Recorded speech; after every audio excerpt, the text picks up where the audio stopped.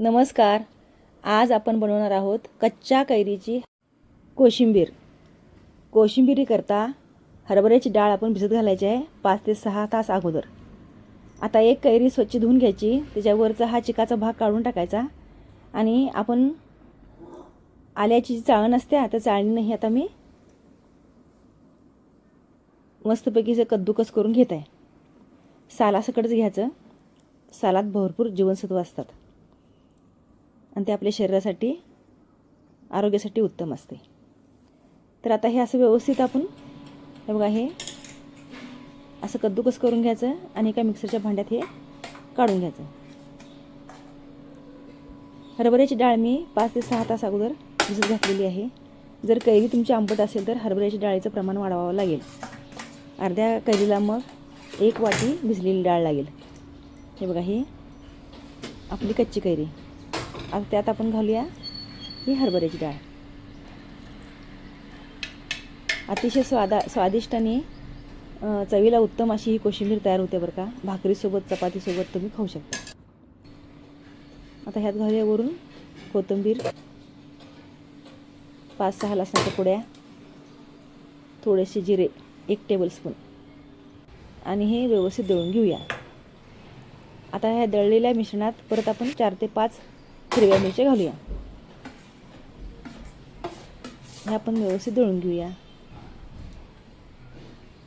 आता हे सगळं मिश्रण आपलं एकजीव झालेलं आहे. बघू शकता तुम्ही ही डाळ अशी दरदरी राहायला पाहिजे. एका पातेल्यात मी थोडं तेल घेत आहे. यात जिरे, मोहरी चांगलं तळतळून घ्यायचे. थोडंसं कोशिंबीरीत जिऱ्या मोहऱ्याचं प्रमाण जास्त राहते. तर व्यवस्थित तडकू द्यायचं. कढीपत्ता बघू शकता आपली कोशिंबीरीचा तडका किती भारी झाला आहे. आता एका बाउलमध्ये हे सगळं मी काढतोय. कोशिंबीरीचा तडका पण थंड करून घ्यायचा, गरम घालायचं नाही.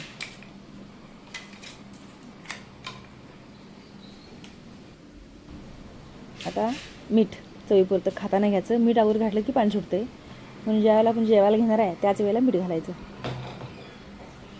आणि हा तडका असा मस्त वरनं तडका ओतून घ्यायचा. तडक्यातील जिरे आणि मोहरी जर करपले असतील तर कडवटपणा येऊ शकतो बरं का. तेव्हा हे काम जपूनच करायचं स्लो गॅसवरती. आता हे सगळं मिश्रण मी ह्या तडक्यात घालून घेते आणि आता हे सगळं आपण मिश्रण मिक्स करून घेऊया. अशी ही तडक्याची डाळ तुम्हाला कशी वाटते नक्की सांगा.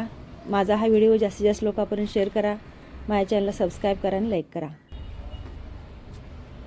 किती छान देखणं झाले बघा. एक वेळ नक्की करून बघा. धन्यवाद.